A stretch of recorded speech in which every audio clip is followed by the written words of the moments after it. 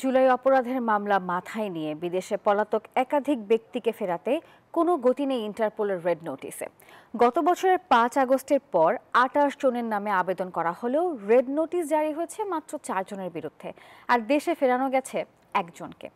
Police সদর দপ্তর বলছে, ইন্টারপোলের নিজস্ব কিছু আইনি বিষয় থাকায় আবেদন করলেই রেড অ্যালার্ট জারি হয় না। মাসুদা লাবণীর ২ পর্বের ধারাবাহিক প্রতিবেদনের আজ থাকছে শেষ পর্ব। জুলাই আন্দোলন দমনে বর্বরতার নজির গড়া পুলিশ কর্মকর্তা, সাবেক মন্ত্রী, এমপি আর প্রভাবশালীরা এখনো ধরাছোঁয়ার বাইরে। আওয়ামী লীগ সরকার পতনের পর পলাতক ২৮ জনকে ফেরাতে ইন্টারপোলের রেড নোটিশ জারির জন্য আবেদন করেছে বাংলাদেশ পুলিশের ন্যাশনাল সেন্ট্রাল ব্যুরো এনসিবি।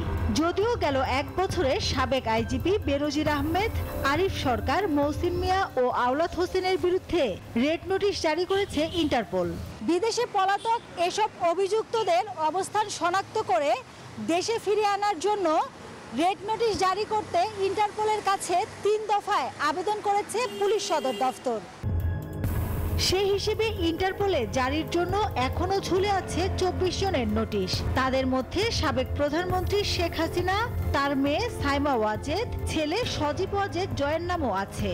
এছাড়া সাবেক সেতুমন্ত্রী ওবায়দুল কাদের, আসাদুজ্জামান খান কামাল, আকম মোজাম্মেল হক, ডক্টর হাসান মাহমুদ, জাহাঙ্গীর কবির নানক এবং মহিবুল হাসান চৌধুরীর নামও রয়েছে আবেদনের তালিকায়। আরও আছে শেখ ফজলিনুর তাপস, মেজর জেনারেল অবসরপ্রাপ্ত তারিক আহমেদ সিদ্দিক, নসরুল হামিদ এবং মোহাম্মদ আলী আরাফাতের নামও।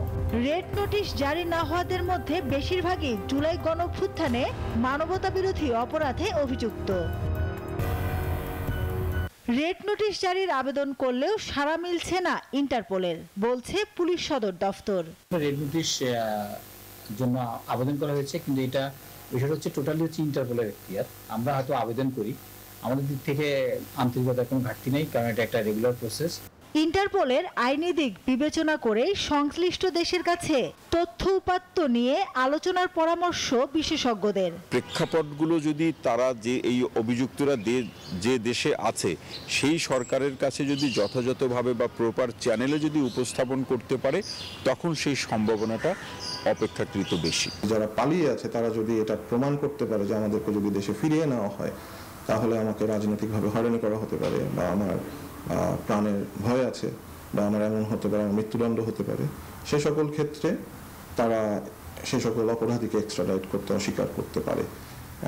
Under article ৩ of the constitution they are empowered, তারা এই ক্ষমতাটা রাখে যে তারা অস্বীকার করতে পারে।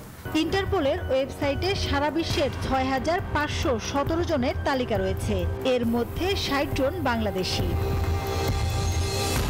মাসুদা লাবণী, নিউজ 24, ঢাকা।